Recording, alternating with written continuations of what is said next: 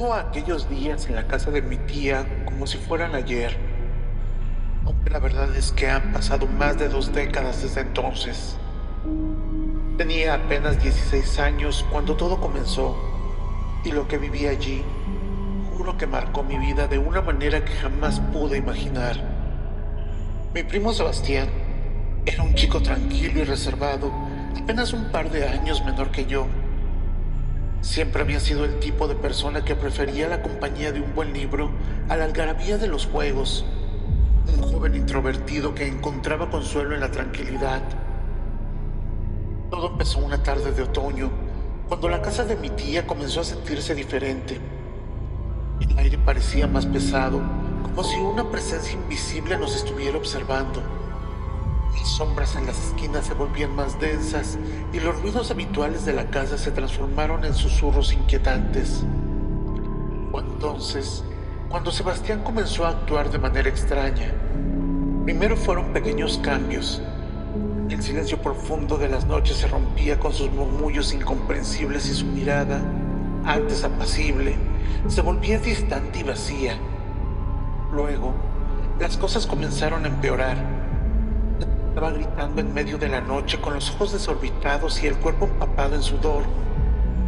Decía que veía figuras oscuras, criaturas que se deslizaban desde las sombras y se susurraban secretos en lenguas desconocidas. Mi tía, una mujer piadosa y devota, buscó ayuda en la iglesia, pero las oraciones y bendiciones no parecían tener efecto alguno.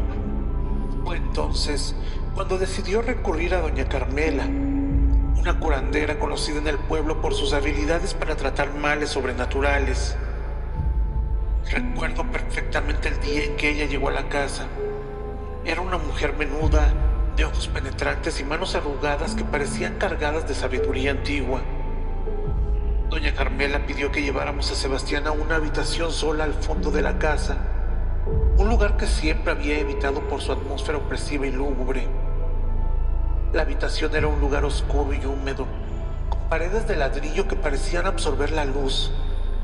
Las pocas veces que había estado allí, siempre sentí una sensación de malestar, como si algo ominoso acechara en las sombras.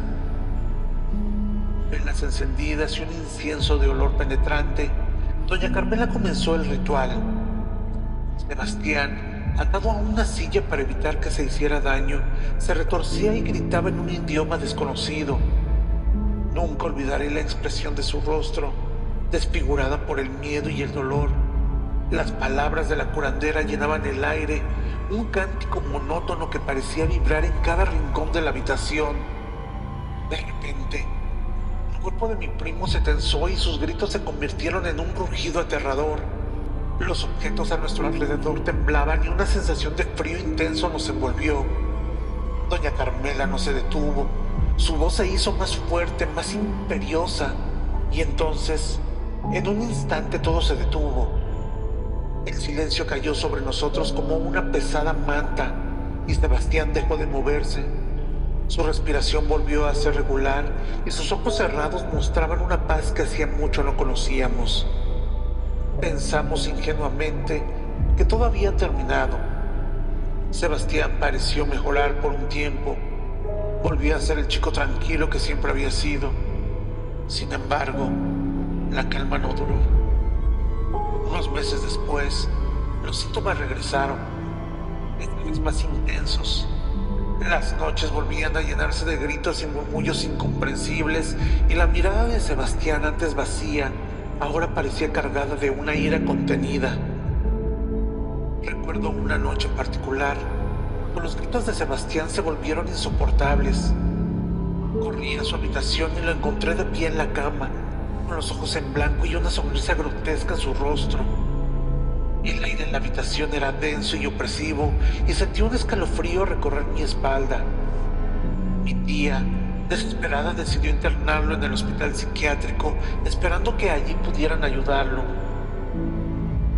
El hospital era un lugar sombrío, con largos pasillos iluminados por luces fluorescentes, parpadeantes, y el eco constante de los pasos resonando en las paredes. Los médicos decían que padecía una forma severa de esquizofrenia, pero yo sabía que lo que él enfrentaba era algo mucho más siniestro. algo que no se podía explicar con la ciencia o la medicina. Las últimas veces que vi a Sebastián ya no era el mismo. Su mirada estaba perdida, como si su mente estuviera atrapada en algún lugar oscuro y lejano. Los ataques eran más violentos y las visiones más aterradoras. Mi tía y yo éramos visitantes frecuentes del hospital, pero cada visita era más desoladora que la anterior. Sebastián permanecía sedado la mayor parte del tiempo, pero cuando lograba estar consciente, sus ojos reflejaban un tormento indescriptible, como si estuviera atrapado en un abismo del que no podía escapar. Recuerdo una tarde en particular, al final de un largo y caluroso verano. Mi tía y yo habíamos ido a visitarlo con la esperanza de ver alguna mejora. Caminamos por los pasillos del hospital, que parecían un laberinto sin fin, hasta llegar a la habitación de Sebastián. Al entrar, notamos un cambio en el ambiente. El aire estaba cargado y pesado, y una sensación de inquietud nos envolvió. Sebastián estaba sentado en la cama, con la mirada fija a un punto invisible en la pared. Al vernos entrar, sus ojos se encontraron con los nuestros, y por un instante pensé ver un poco de reconocimiento, pero solo fue un espejismo. De repente, su expresión se transformó y comenzó a murmurar en ese idioma desconocido que tantos escalofríos me había causado. Las palabras salían de su boca con una rapidez y una intensidad que me helaron la sangre. Mi tía, con lágrimas en los ojos, se acercó a Sebastián y trató de calmarlo, pero él la rechazó con una fuerza inusitada, empujándola hacia atrás. En ese momento los enfermeros intervinieron rápidamente, administrándole una dosis de sedante que lo dejó inerte en cuestión de segundos. Mientras lo sujetaban, pude ver cómo su cuerpo se retorcía y sus ojos volvían a esa mirada vacía y perdida. Esta noche, mi tía y yo regresamos a casa en silencio, cada uno perdido en sus propios pensamientos. La desesperación era palpable y la sensación de impotencia nos envolvía como una sombra. Fue en ese momento cuando supe que no había esperanza de una recuperación para Sebastián. Algo oscuro y maligno lo había tomado y ninguna cantidad de medicación o terapia podría liberarlo. Con el paso del tiempo, las visitas al hospital se hicieron menos frecuentes. Mi tía, agotada emocional y físicamente, comenzó a perder la esperanza.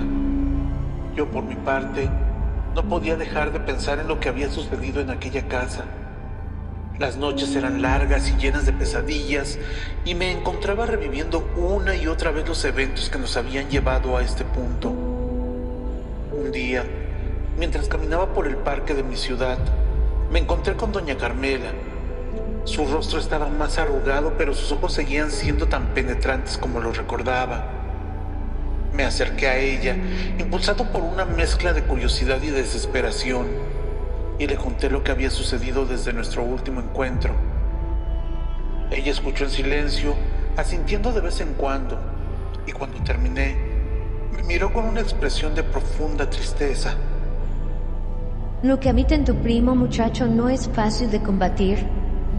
Hay fuerzas en este mundo que son más antiguas y poderosas de lo que podemos entender. Lo que hice aquella vez solo fue un paliativo, una forma de ganar tiempo, pero no pude erradicar la oscuridad por completo. Le pregunté si había algo más que se pudiera hacer, algún otro ritual o método que pudiera ayudar a Sebastián. Pero doña Carmela suspiró y negó con la cabeza. A veces la mejor lucha es saber cuándo rendirse. Hay cosas que están más allá de nuestro control. Lo que puedes hacer ahora es protegerte a ti mismo y a los que amas. La oscuridad siempre buscará una nueva víctima. Sus palabras me dejaron un sabor amargo en la boca. No quería aceptar que no había esperanza, que no había forma de salvar a mi primo. Pero mientras más pensaba en ello, más me daba cuenta de que ella tenía razón. La oscuridad que había tomado a Sebastián era una fuerza que no podía ser domesticada ni comprendida. Hasta el día de hoy, no tengo una explicación clara de lo que sucedió. Mi tía finalmente vendió la casa y se mudó a otro lugar, tratando de dejar atrás los recuerdos dolorosos. Sebastián sigue internado en el hospital psiquiátrico. Su estado no ha mejorado y cada vez que lo visito, me llevo conmigo un pedazo más de esa tristeza indescriptible que parece haberse apoderado de toda mi familia.